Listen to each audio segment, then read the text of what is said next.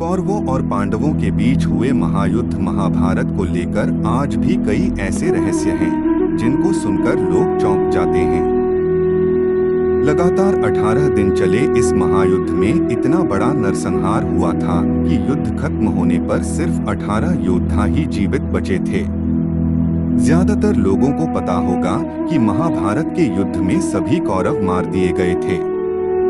अगर आपको भी यही पता है तो ये जानकारी गलत है। दुर्योधन का एक भाई इस महायुद्ध के बाद भी जीवित बच गया था। दरअसल वह कौरवों के बजाय पांडवों की ओर से इस युद्ध में शामिल हुआ था। जानते हैं कि ये कौरव योद्धा कौन था, वह पांडवों की ओर से क्यों लड़ा और उसे क्या जिम्मेदारी दी गई थी। आइए जानते हैं। नमस्कार दोस्तों, आप देख रहे हैं भाग्य वचन चैनल को सब्सक्राइब करें, फेसबुक पेज को फॉलो करें और कमेंट बॉक्स में जय श्री कृष्णा लिखे। चलिए शुरू करते हैं आज की प्रस्तुति। महाभारत के युद्ध में दुर्योधन समेत सभी 100 कौरवों को वीरगति प्राप्त हुई थी। यहाँ तक कि पांचों पांडवों श्री कृष्ण को छोड़कर उनकी ओर से भी सभी योद्धा वीरगति को प्राप्त हो गए थे। दोनों ओर से लड़ने वाले कुल 18 योद्धा ही युद्ध खत्म होने पर जीवित बचे थे। इनमें दुर्योधन का भाई युयुत्सु भी बच गया था। युयुत्सु हस्तिनापुर नरेश धृतराष्ट्र की एक दासी के पुत्र थे। वह धर्मात्मा होने के कारण दुर्योधन के गलत कामों का विरोध करते रहते थे। इसलिए दुर्योधन और बाकी कौरव युयुत्सु को तरजीह नहीं देते थे। ज्यादातर समय कौरव युयुत्सु का मजाक उड़ाते रहते थे। युधिष्ठिर की घोषणा और युयुत्सु का फैसला। कौरवों ने जब महाभारत के युद्ध की घोषणा की तो युधिष्ठिर ने पहले ही दिन घोषणा कर दी कि ये धर्म की रक्षा का युद्ध है। पांडव अधर्म के खिलाफ धर्म की जीत के लिए युद्ध लड़ रहे हैं। उन्होंने घोषणा कर दी कि अगर कौरवों की तरफ से कोई भी योद्धा धर्म के पक्ष में अधर्म के खिलाफ युद्ध लड़ना चाहता है तो उसका पांडवों की सेना में स्वागत किया जाएगा। इस घोषणा को कौरवों की सेना में खड़े युयुत्सु ने भी सुना। इस धर्मात्मा कौरव युयुत्सु ने पांडवों की ओर से लड़ने का फैसला किया। वह तत्काल कौरवों की सेना छोड़कर पांडवों की सेना में शामिल हो गए। ही होने दी रसद और हथियारों की कमी। पांडवों में सबसे बड़े भाई युधिष्ठिर युयुत्सु की क्षमताओं और बुद्धिमानी से परिचित थे। इसलिए उन्होंने युयुत्सु को युद्ध में सीधे लड़ने के लिए नहीं उतारा।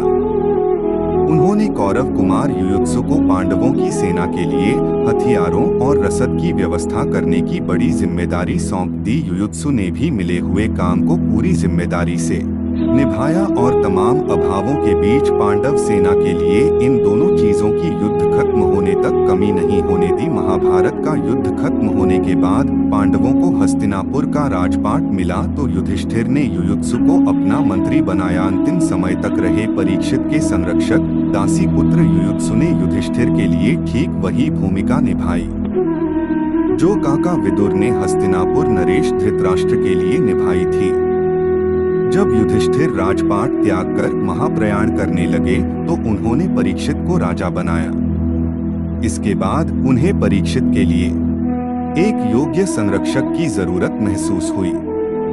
उन्होंने युयुत्सु को परीक्षित का संरक्षक बनाया। युयुत्सु ने इस दायित्व को भी जीवन के आखिरी समय तक पूरी निष्ठा से निभाया। यही नहीं, जब गांधारी और धृतराष्ट्र जंगल की भयंकर आग में मृत्यु को प्राप्त हुए तो युयुत्सु ने ही उनका अंतिम संस्कार किया था। महाभारत के कई ऐसे रहस्य हैं जिनके बारे में बहुत कम लोग ही जानते होंगे। महाभारत में दुर्योधन कौरवों का बड़ा भाई था। धर्म ग्रंथों के मुताबिक दुर्योधन अधर्मी और मूर्ख था। वह अपने मामा शकुनी की बातें मानता था और उसी के बताए रास्ते पर चलता था। दुर्योधन के घमंड और जिद की वजह से महाभारत युद्ध शुरू हुआ था। माना जाता है कि दुर्योधन कलयुग का अवतार था, क्योंकि कलयुग में जन्म लेने वाले मनुष्यों के सभी गुण उसमें थे। बताया जाता है कि कलयुग का अंश दुर्योधन में था और पुलस्त्य वंश के राक्षसों के अंश उसके भाई कौरवों में था। दुर्योधन कुटिल और क्रूर था और इसके अलावा वह युद्ध में भी माहिर था। उसने शकुनी की चाल से बलराम जी से गदा युद्ध सीख लिया था। महाभारत के युद्ध में बलराम, जरासंध और भीम के अलावा दुर्योधन को भी सर्वश्रेष्ठ गदाधारी माना जाता था। आइए जानते हैं दुर्योधन से जुड़ी कुछ बातें। नमस्कार दोस्तों, आप देख रहे हैं भाग्य वचन चैनल को सब्सक्राइब करें और कमेंट बॉक्स में जय श्री कृष्णा लिखे। चलिए शुरू करते हैं आज की प्रस्तुति। जुए में युधिष्ठिर को ऐसे हराया। शकुनी के पाशे को भगवान शिव ने वरदान दिया था कि वह इस पाशे से जुआ खेलता है तो उसकी जीत होगी। कुटिल दुर्योधन ने इसी का फायदा उठाया। उसने युधिष्ठिर के साथ शकुनी के पाशे से जुआ खेला और छल से हराकर पांडवों से राज्य जीत लिया। आखिरी समय दुर्योधन ने क्यों उठाई 3 उंगलियां? पौराणिक ग्रंथों के मुताबिक महाभारत के समय कुरुक्षेत्र में दुर्योधन अंतिम सांस ले रहा था। इसी दौरान उसने अपनी उंगलियों को उठाया था। वह बता रहा था कि उसने 3 गलतियां की थीं। अगर वह यह गलतियां नहीं करता तो युद्ध जीत जाता। लेकिन भगवान श्री कृष्ण ने उसके इस तथ्य को मानने से इनकार कर दिया। सबसे आखिरी में मारा गया दुर्योधन। पौराणिक ग्रंथों के अनुसार महाभारत में दुर्योधन की सबसे आखिरी में मौत हुई थी। महाभारत के युद्ध में भीम और दुर्योधन के बीच लड़ाई हुई।